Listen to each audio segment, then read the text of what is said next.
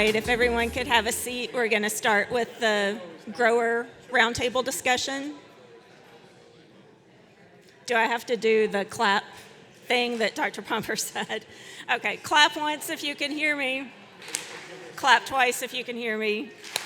Okay, I think we've got everyone's attention now. So our first thing after lunch is a grower roundtable, which is just going to be kind of an informal discussion instead of a presentation. We've got 7 people up here who are pawpaw growers from all around the country and various types of businesses and operation and various locations. So we'll get to hear kind of firsthand from people who are currently growing pawpaws, kind of what they're doing, and we'll open it up. It's just going to be kind of a naturally flowing discussion. So they'll introduce themselves, tell a little bit about themselves, then we'll open it up to questions, and it'll be just kind of like a question and answer session between the audience and the growers. So, and this is the grower roundtable, so these are more fruit production oriented. There will be a nursery industry roundtable at 3. So if you have more nursery-oriented questions, you might want to save it for that roundtable. This is more kind of focused on fruit production. So I guess I'll ask our growers to kind of start introducing themselves and a little bit about their operations. So go ahead. Can you hear me okay? I won't make you clap. Okay. My name's Roger Ort Family Farm, up in the Finger Lakes area of New York State. My wife's with me, and we have 4 kids at home holding down the fort. My operation is a mixed operation. We do pawpaws, persimmon, medlar, quince, apple, pear, plum, cherry, and about 3 acres of small fruits. Initially, the business was based upon our jam and jelly business that my wife does. And then I will be in the nursery talk later. I graft fruit trees also. I think 2,000 for fall sales, unknown for spring sales. So yeah, we just do a little bit of everything on there. My name's Chris Chmiel. I'm from Integration Acres in Albany, Ohio, and got started after I graduated from Ohio University in the 90s and started the Pawpaw Festival. And we have a small orchard, but recently we've lost a lot of trees with the ambrosia beetle, so I wanted to talk about that. But we do buy fruit from a lot of other growers, and we get a lot of wild fruit, and we mush a lot of pawpaws and turn them into products. I'm Bob Johnson from Nectar Flow Farms in Peru, Indiana. We got about 450 pawpaw trees. I don't know. I focus on fruit. Yeah. Dan Matesich, president of North American Pawpaw Growers. I write for Backyard Fruit Growers from Lancaster County, PA. Just as Chris said, I had 125 trees that I pushed out last year, pawpaws. They were in a trellising system that I was running, and there was quite a few of us involved in a grant that didn't go through that we were going to go further on that. My main work, I have every kind of fruit there basically is. And I have a nursery. And a lot of my work is working with pawpaw seedlings, looking for premium ones, and also manipulating the rootstock. My last venture was manipulating the seed and the rootstock to create suckers on their exposure to the ground. This year it worked out real good. That is going to it's a pre for what I'm looking for of rooting pawpaws in the future. Thank you. Matt Menegotto with Hang Loose Pawpaw Patch. We're located in Wilmore, Kentucky, which is about 35 minutes from here. We've got about 160 trees, I think, maybe 15 to 20 different varieties. Definitely the newbie up here. I've only been doing this for about 4 years. We planted two two-year-old grafted trees. So we had our first fruit this year, which was pretty cool. Got to try my first fruit from our orchard this year, which me and my wife were pretty pumped about. Yeah. We did have 70 trees flower this year, but a late frost killed off most of those flowers. So we're pretty excited about next year. So.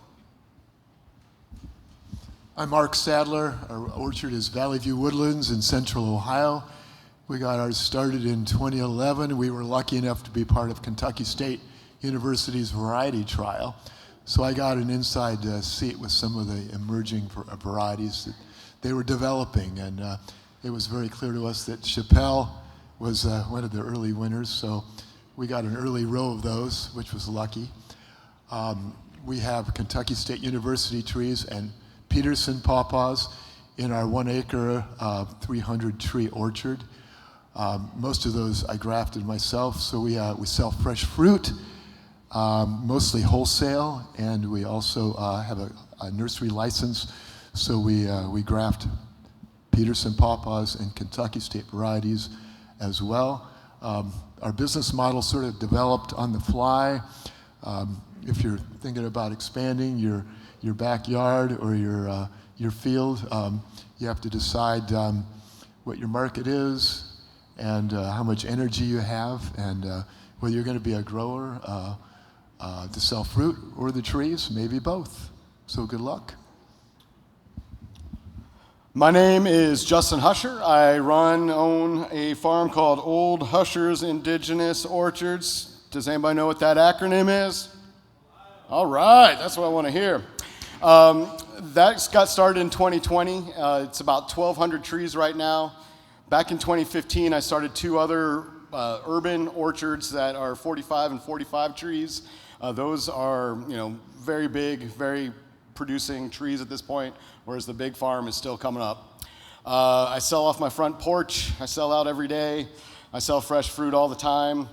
I differ from a lot of my colleagues here that, and I don't mean to diss anybody, but I feel any type of value adding is a failure of my sales and marketing. So I really put a major emphasis on selling fresh fruit. And we all got to do what we got to do to move our pulp. But again, I'm all about moving it on a daily basis. And that's all I got to introduce. You can keep back and talk. Oh, on all this right. one. Okay, so we've got a few mics that will be going around the room. Jeremy has one. I think some of our students should have another one, hopefully. So we've got this whole group of experienced pawpaw growers ready to answer your questions. So who has some questions about pawpaw growing you'd like to ask our panel? I see one down here. So for those of you who are value adding, I know that the biggest kind of holdup in doing that is the seeds and separating the pulp from the seeds. I've heard of a couple techniques that people use, like the robot coop C80 and things of that sort. But do any of you know of anything that's a bit more of a automated system instead of just going through and running them through a sieve by hand?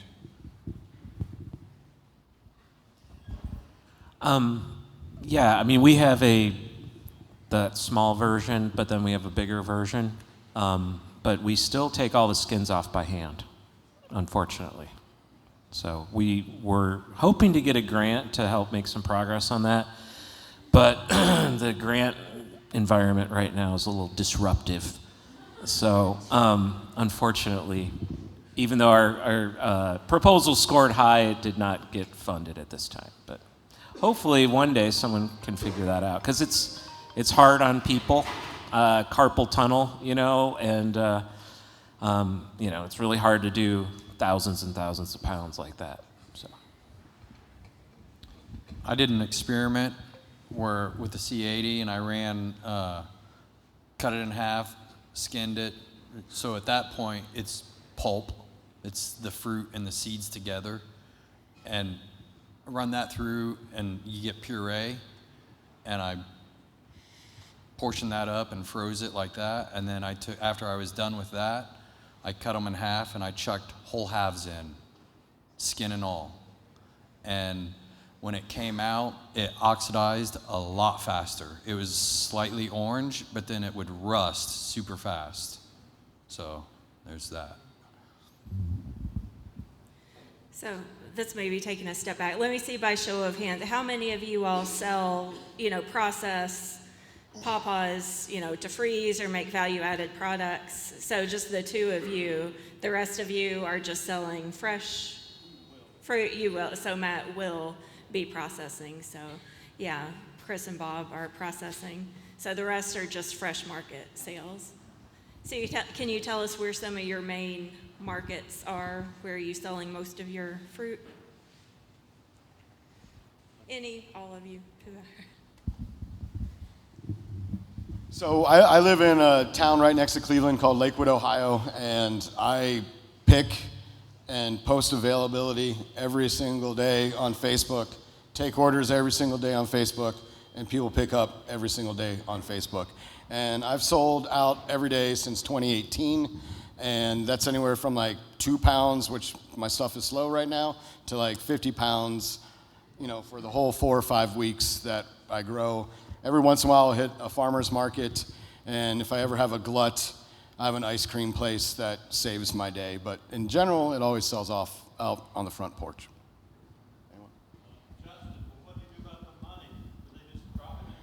Yeah, they just leave the money in the mailbox, and so far everybody's been honest. The worst thing that's ever happened, and actually it was a friend of yours, Neil.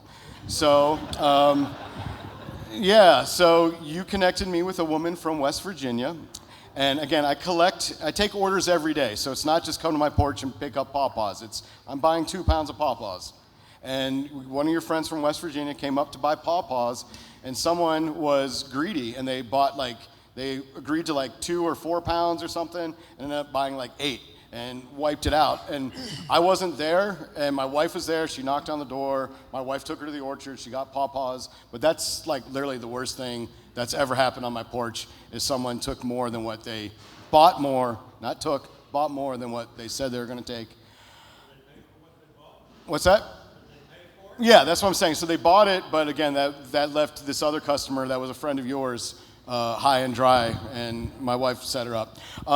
That being said, I've been a Luddite most of my life, but as of last week, I started taking Venmo.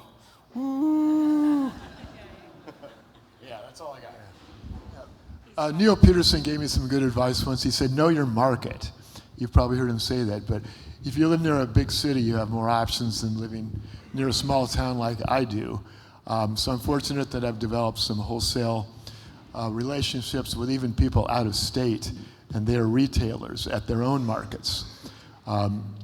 As a farmer, I have a hard time standing at a farmer's market all day. I've got a lot of work to do on the farm, so if someone can come in and buy a couple 100 pounds, boom, I'm willing to give up that margin that I would get at being a retailer. So my job is to grow and get it out of there. We currently haven't started selling yet. We plan to start selling next year. With that said, we already have a verbal contract from a brewery to start making a beer with our fruit in it. So,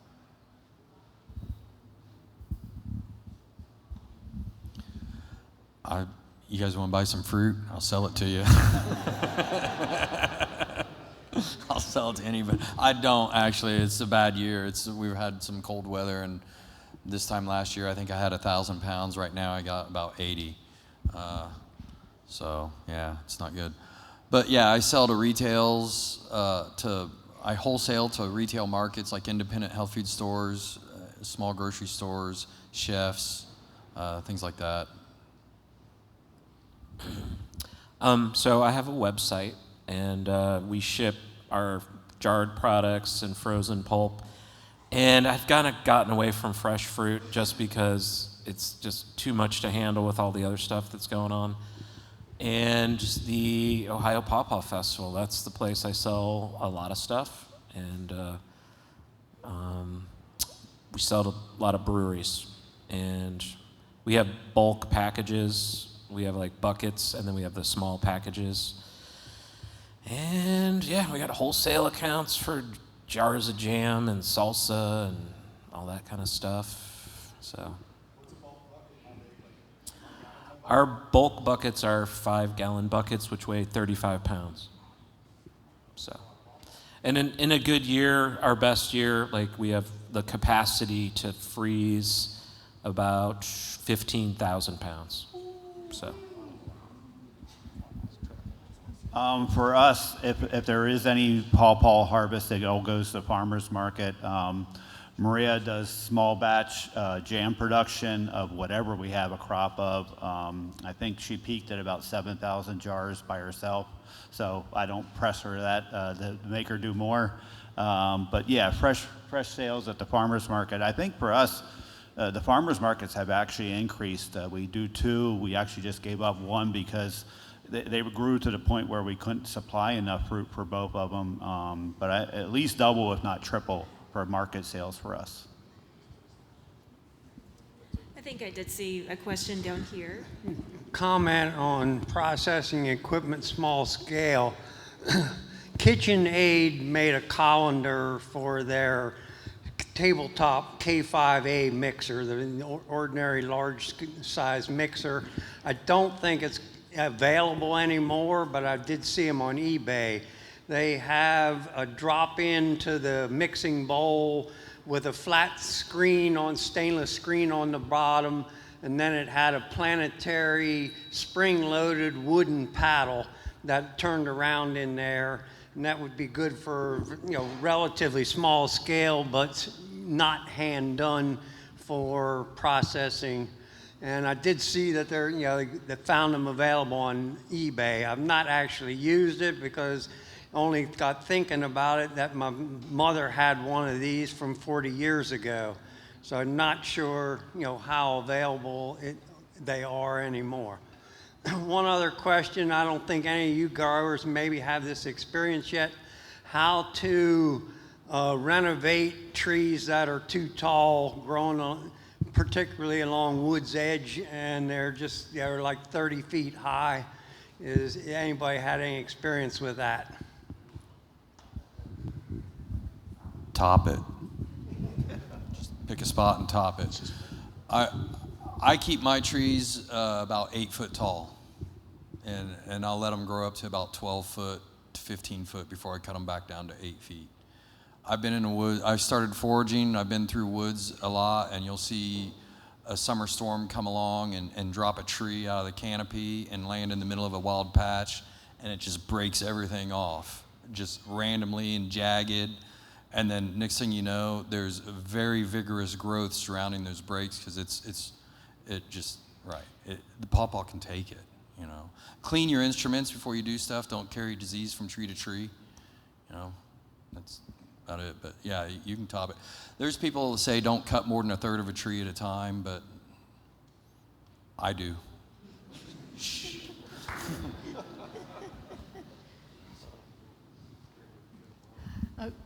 Well, I wanted to add on to what Dan said about a planetary mixer.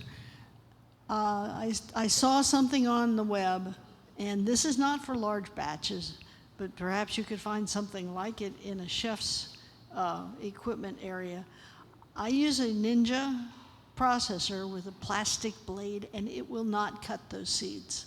You can run it on low for a minute, and it sounds like it's dying. It sounds like it's breaking seeds, but when you get them out, they were pristine. Now they're still in there, but you can easily dump them out and with a wooden paddle scrape them around a salad spinner and push the pulp out. So for people doing small batches like myself, that works. I think that I talked to some chefs, and I know they have plastic paddle or wooden paddle type machines, and that's all you need to beat up those pawpaws to get the seeds out. I just wanted to add that to what was said because it sounded so hopeless, but for people doing relatively small batches, that's a possibility. On that, what she was talking about, when you use these different ones like Ninja and that, you got to be real careful. You are getting your pulp, cleaning your seed, but by smacking those seeds, there's an air sac in it, and you can damage it. And if you damage that air sac, you won't get no growth on that seed. I had a follow-up question to the topping the trees. I know typically people only prune during winter. I'm right here. So I'm just curious if any of you do any topping or pruning during the growing season at all. The only time I do anything, dormancy is best. During the growth season, like if a raccoon climbs a tree and breaks a branch, I'll cut it clean so it's not a jagged edge. That's about, I just do wound care during the season. Or if a branch is real low, I might get mad that I'm having to get down on my hands and knees to get into the tree because I can't see it, and I'll just, probably shouldn't do it then either, but I do. Right here. Can you comment on how many of you grow cultivar types and what percentage at your orchard that you're growing the cultivar types? For me, I got about 450 trees, something like that. About 130 of them are cultivars. That's 30 different cultivars on 130 trees, so it's about, I don't know, the percentage. Everybody else say? What's that? All my trees are grafted cultivars, all 160. Mine are all grafted, split equally between Peterson and Kentucky State. I've resisted the urge of some people to just try wild ones, maybe find an improved one, but I'm getting up there in age. I don't have time to roll the dice and wait another 10 years to find out what it might be. Go for that grafted one. You know what you're going to get. Yeah, I second and third. Pretty much all my trees are grafted or will be grafted in the future. So my small orchards that are with the big trees are all grafts. The big farm has about 1,200 trees, and those are like 450, 500 of them are grafted, and the rest are going to get grafted next year. And yeah, big fan of Peterson's, Lehman's, and the KSU stuff.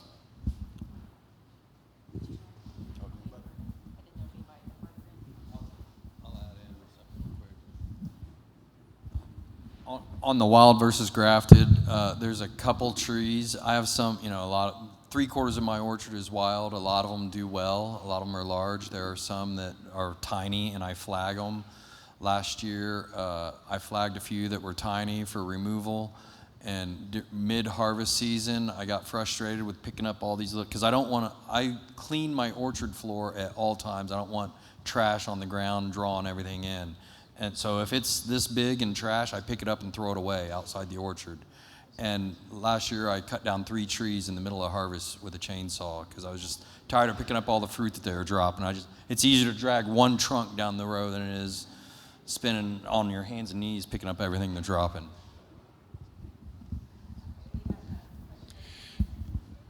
Is there a market for separating pulp based on cultivar? That's for the people that pulp. And then for the trees or the fruit, do you charge differently based on cultivar? I think as far as separating varieties for pulp, yes, some people would like to have, single variety this, single variety that.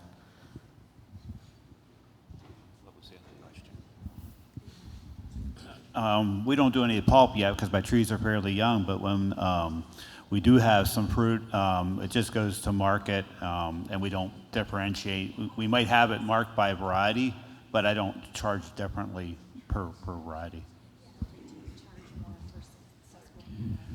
I don't charge more for a cultivar versus another cultivar. All my cultivars are the same price, but I do charge more for cultivars than I do for wild because it is a logistical nightmare tracking the names of everything under growing conditions in the field and refrigeration conditions in the walk-in cooler.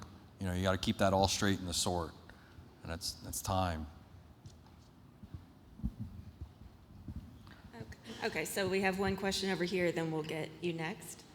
For those of you who sell trees, have you noticed more market or interest for seedling trees that are from your orchard, from their premium seedlings, or for actual grafted trees? I know sometimes people want to buy trees that are a little cheaper, even if they're just the seedlings of cultivars.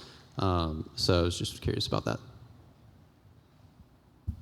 On seedling trees, I probably in the neighborhood of 1,500 to 1,700 a year that I sell them. The grafted ones, they're all going into my new orchards and that, and I will get rid of some grafted ones, but very seldomly. And also, you know, coming around with just travels and that, you come across non-name varieties that have really look nice, so I'll graft them to see what really comes out of them.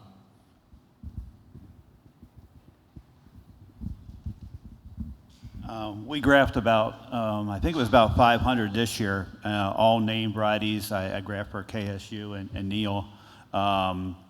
We grow out the seedlings to graft onto, but once in a while there's some folks that want a seedling that they can really only swing one grafted tree for cost, and they'll have a seedling for pollination.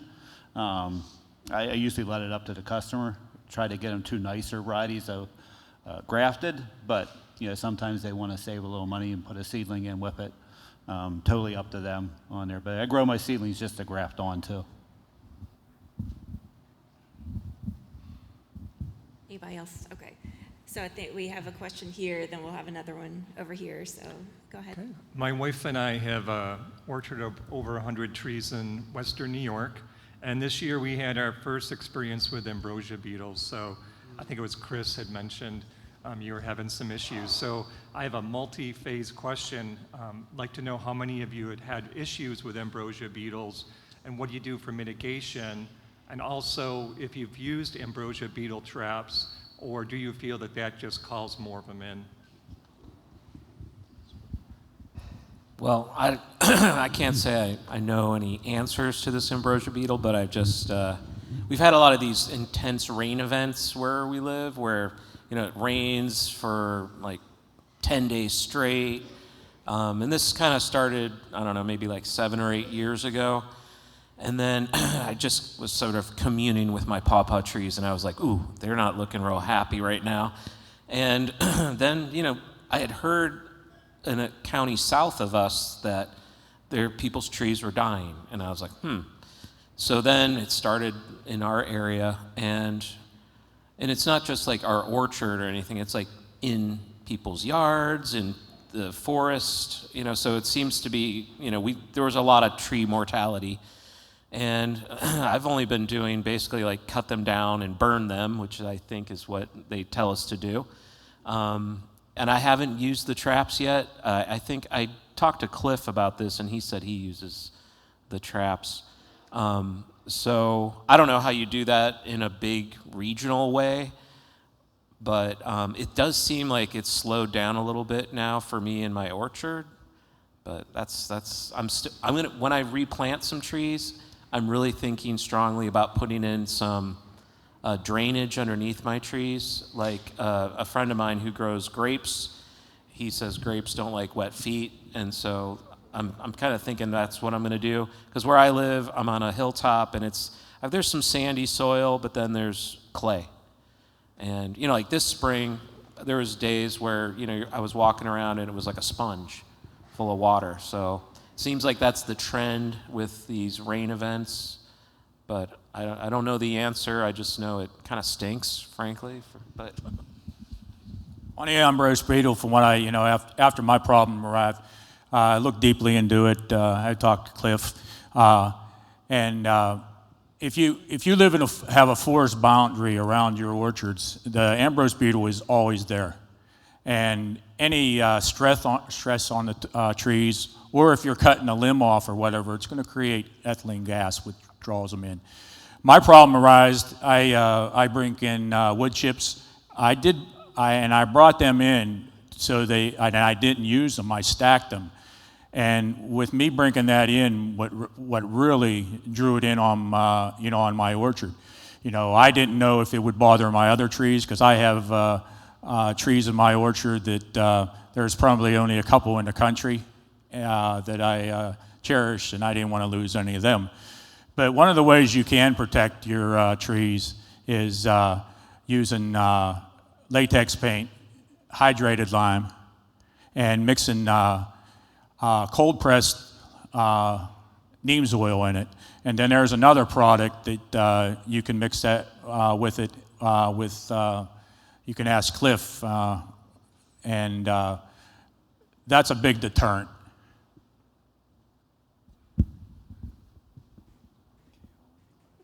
I think so. Cliff England's going to be on the nursery roundtable, and he said that he'll probably have some things to say about ambrosia beetle on that. So we'll probably get to touch on ambrosia beetle again during the nursery roundtable, since he's had a lot of experience with that, unfortunately. And I'll mention here at the university, we've had a little bit of experience with it. The only time that we've seen it that I know that's what it was in 2020, and we had a really bad spring freeze then. It was like 80 degrees here in early April, and then like a week later it was like 22 or something. And we actually had like persimmon trees and stuff just flat out die from it. And we had some ambrosia beetles, not in the pawpaws, but we had some in our American persimmons, and those actually were painted white with latex paint, and they still bored through them. But I remember Sherry fields a lot of the emails, and she said she had gotten more ambrosia beetle calls that year than like she had in emails than she had ever gotten. And I think it was because the trees got so stressed from that cold snap. Even the ones that didn't get killed were stressed, and the beetles were picking up on that distress signals from the trees, and that was lead them to attack the trees. I think I saw a question, over here.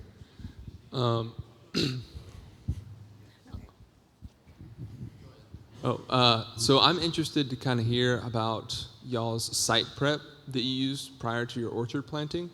I'm not sure if some of you have probably different soils than others, some better soils than others. Primarily for us, we have very sandy, more acidic soils, and so kind of looking at things like adding organic matter, adding compost or not, amending soil to varying degrees. So just kind of wanted to hear y'all's experiences on any of that.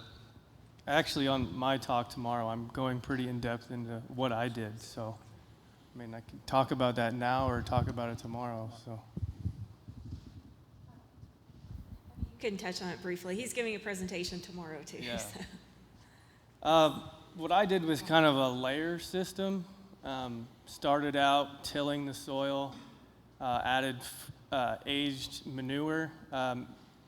We made a deal, not a deal, but I became buddies with the guy that runs equine program at my local university down the street. So he just gives me as much manure as I can handle, and then I age it properly, and then I put that out. And then on top of that, we put some cardboard on top of it, and then as much mulch as I could get. And then I let that sit for a year. And if you have the opportunity to do that for 2 years, I would do that too, but we did it for a year before we planted, so that's what we did. My orchard is on the top of a clay hill in Ohio, and a lot of people would say, it's got to be down near the creek and the loamy soil, but I found that they're quite adaptive to clay. I did spend the first couple of years spreading some wood chips, which were available free from the local electric co-op. So there's a good source of mulch, compost. Bringing in that organic material, I'm sure did help. But clay seemed to be okay for me. Yeah, I second the clay as well. My big farm used to be a corn bean field, and I did a bunch of soil tests, and I did a crazy thing. I put all the results in an Excel spreadsheet, which, if you know me, doesn't make any sense. And I found that every single mineral that you could possibly ever want was low to very low after being corn bean for 80 years. And yeah, the first thing I did was basically bought 19,000 pounds of minerals and put them down on 4 acres. So that was, just classic lime, rock phosphate, azomite, and I believe there was something else I used for mineralization. But yeah, that was a big add, and plants seem to be doing pretty good with that.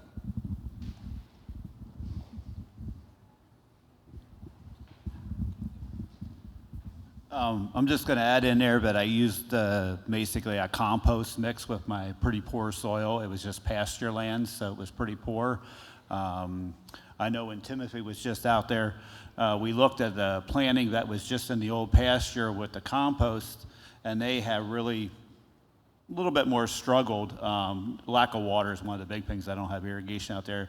But the other second planting that was up near my heart nuts, actually planted on both sides of a row of heart nuts, have thrived. So that symbiotic relationship with the juglone has really worked really well, and that planting was really taking off. So just from my experience. In the spring, is there anything that could be done to prevent frost damage to the flowers?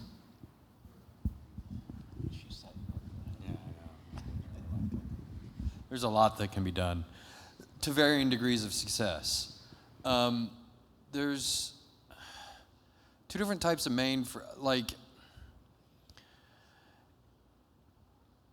so one thing I've done before is I've set up a sprinkler and ran water. So that was small scale experiment. I had impact sprinkler on a tripod, and I put it elevated it up about this high up off the ground. So the sprinkler head was about this high up off the ground, and I hit 14 trees with it.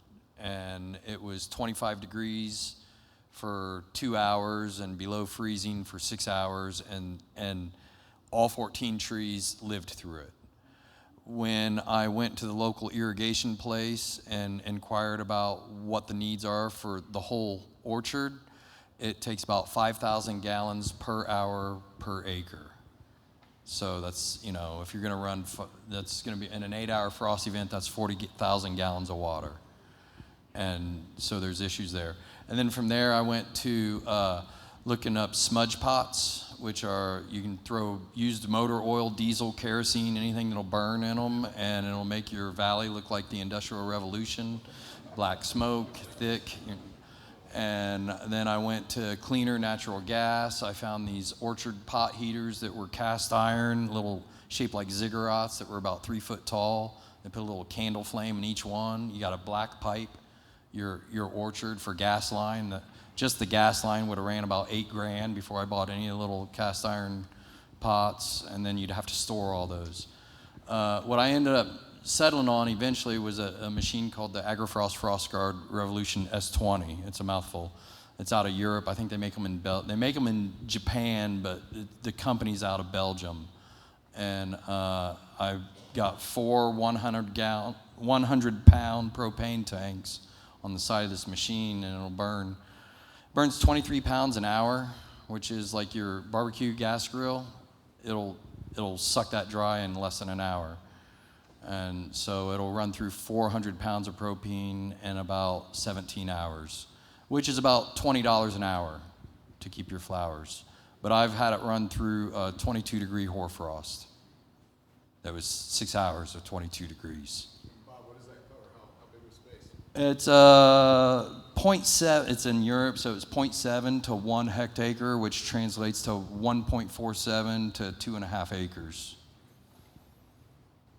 And they make a larger one that you trailer on a tractor and got to stay up all night driving around the place, and I'm not going to do that.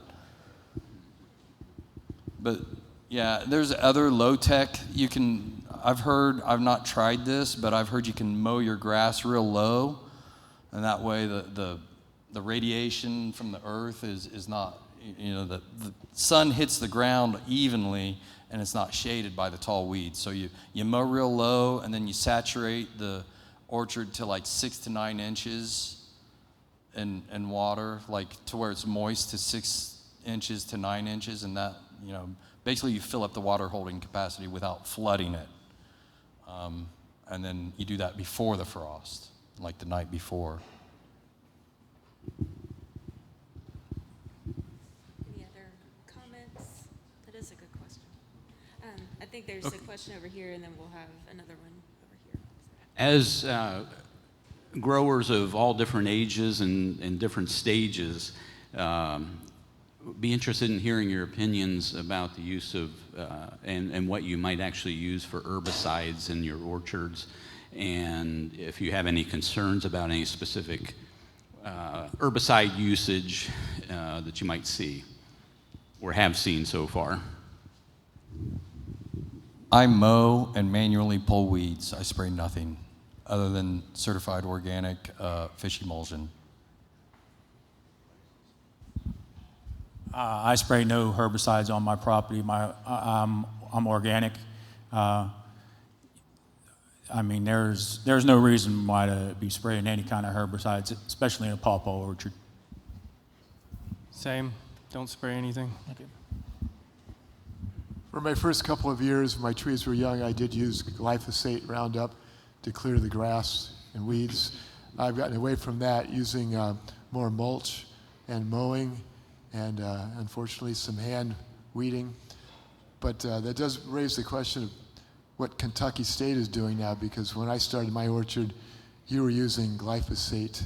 I'm curious if you're still using that. Yeah, and we still are. And I was going to chime in that, so right now the glyphosate is like the only herbicide that's labeled for use with pawpaw. So commercially, that's the only one we can really recommend right now. So, that means go out and testing and getting something approved for labeling on a small crop, so it's a lot more work. But right now, like glyphosate Roundup is the only thing we can use for herbicide. And that's exactly what we do, because it's too much. We would spread wood chip mulch, we would do landscape fabric, but none of that really works for more than about a year or maybe 2, and then you're replacing it. And so with 12 acres of pawpaws, we've had to resort to glyphosate. And then we'll talk about this more tomorrow, but if you're going to apply a herbicide, you need to make sure that you take any root suckers out before you spray, because if you spray those root suckers, it will transport it into the parent root system. And we were seeing like our trees would have herbicide damage 5 foot up the trees on the big trees, and it was an overspray.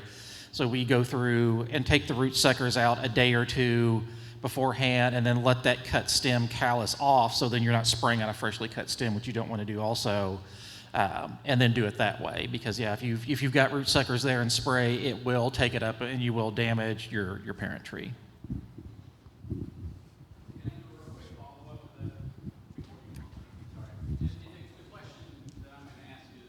Are you concerned about any problems with glyphosate, and any concerns about glyphosate and the soil microbiome and microbiome in terms of its relation to the tree health ultimately, and the soil health?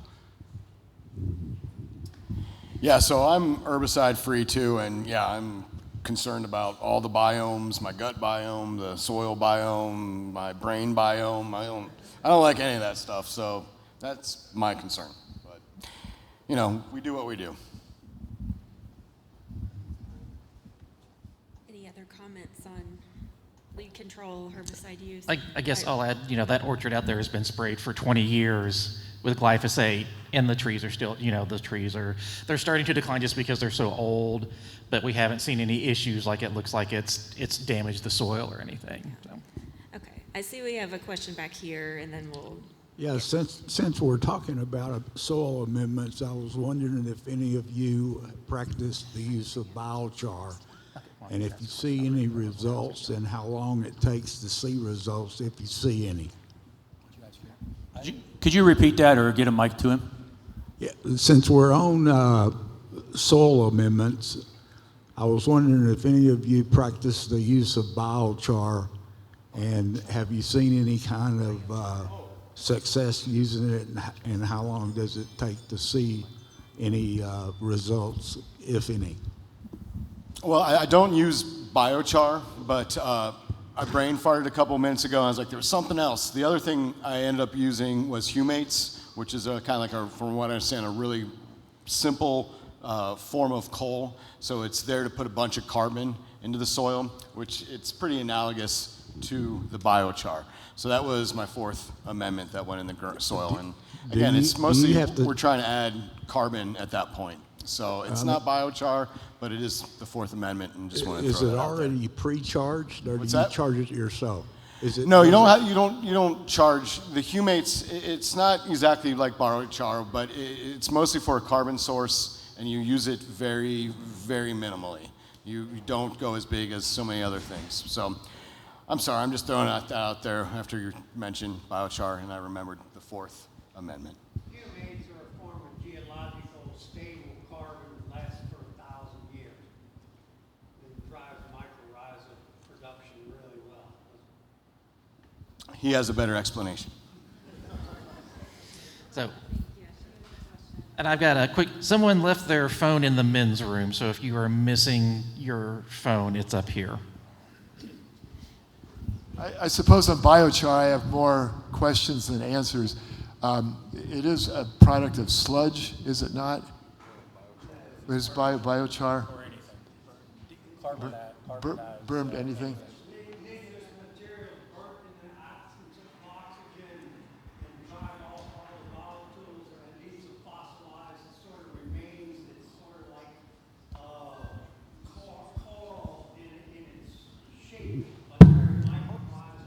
I didn't mean to do that.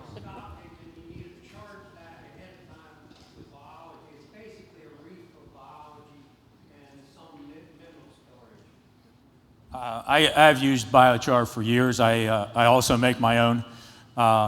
Yes, charging is great, but what I have found out when you're planting or whatever, organic fertilizers or whatever, you put the biochar down, and on top of that biochar, your roots are not into that area yet, and you put your fertilizer on top of it. In a given time, the biochar will suck your nutrients up, and it's charged. Working with charged biochar, it all depends what you're using. If you're using compost teas and some really smelly stuff, it's no fun to do that.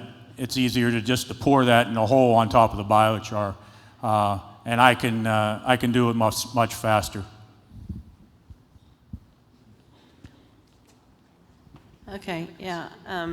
For those of you who do use glyphosate, like KSU or the gentleman over there, if you're just starting a new orchard and you have small trees, how big do they need to be before you start spraying with glyphosate?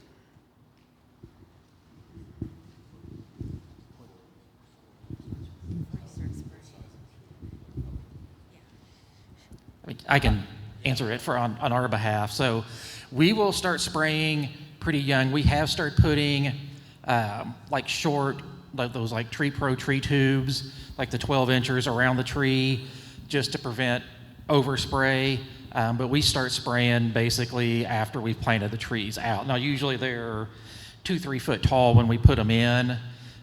We do not spray when they're flowering, when they start flowering, because we worry about maybe a little bit of drift damage in the stigmatic surfaces, so we don't spray right during when they're flowering, and of course we don't spray right like now when they're harvesting fruit. At that time we're going through a string trimmer, but yeah, we start spraying right away. You just want to make sure you're not spraying the stems or the foliage on them.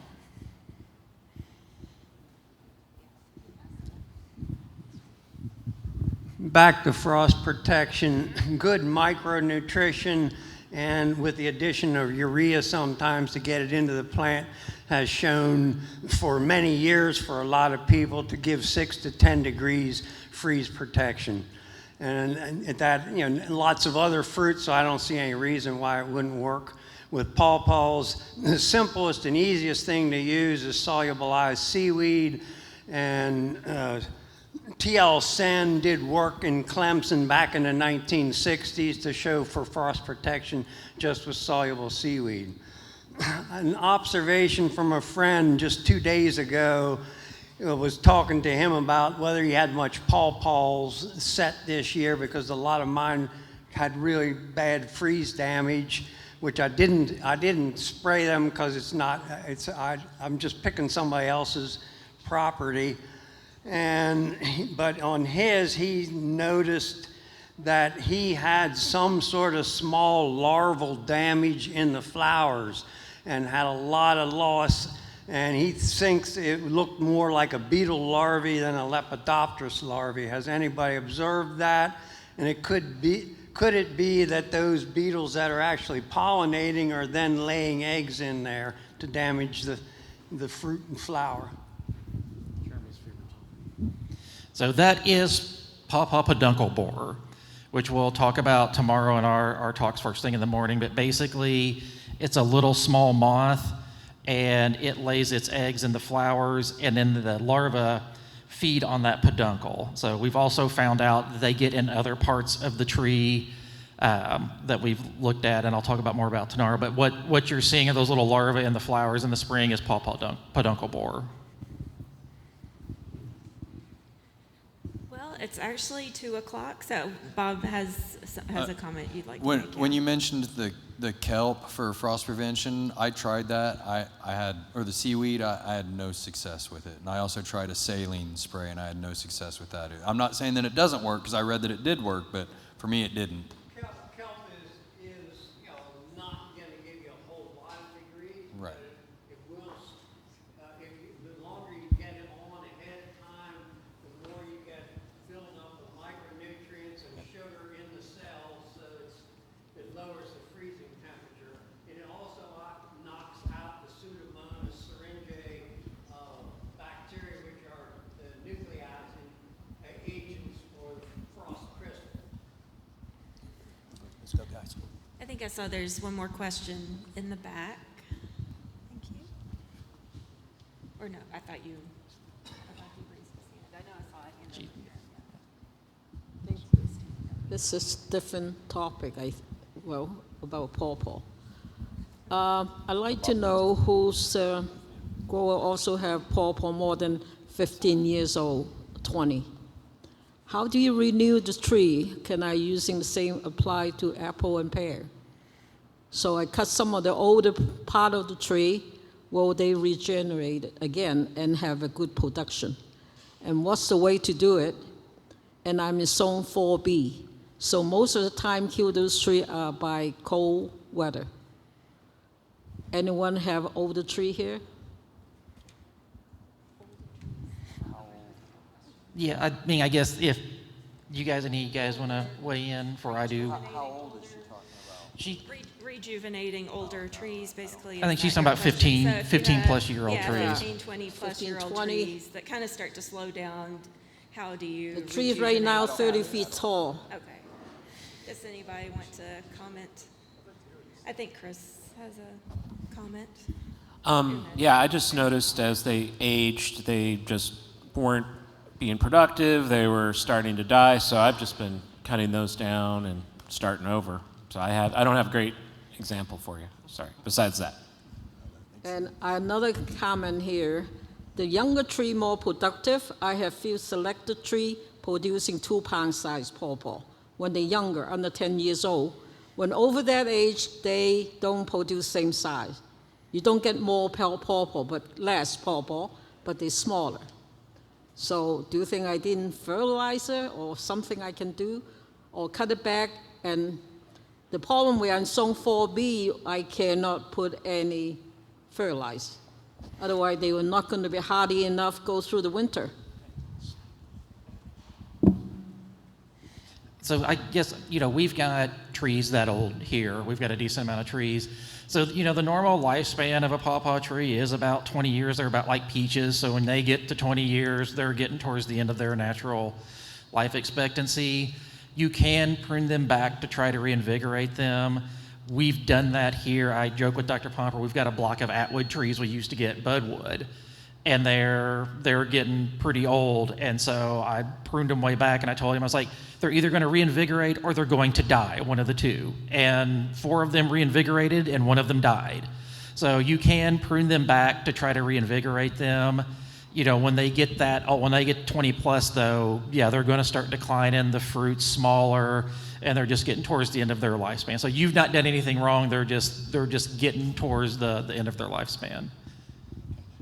Is this on? Yeah. Okay. They were talking earlier about freeze damage to the flowers, and for some of you, this is biology you've not seen on the pawpaw, but it does what peaches and apples won't do.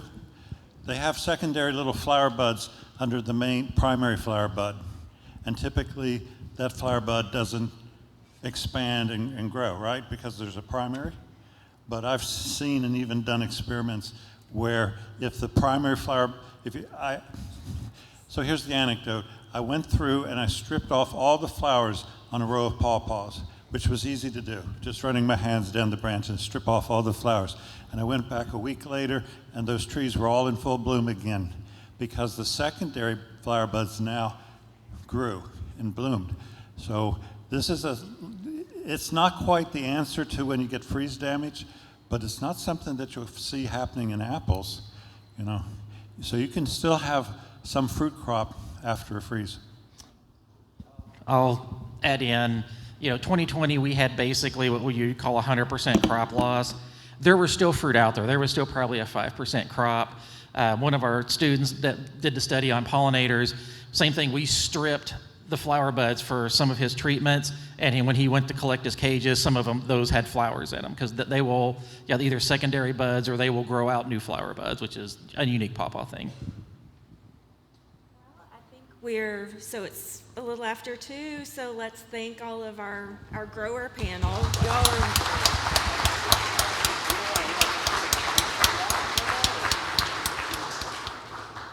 very interesting. Good job, everyone. Lots of good questions.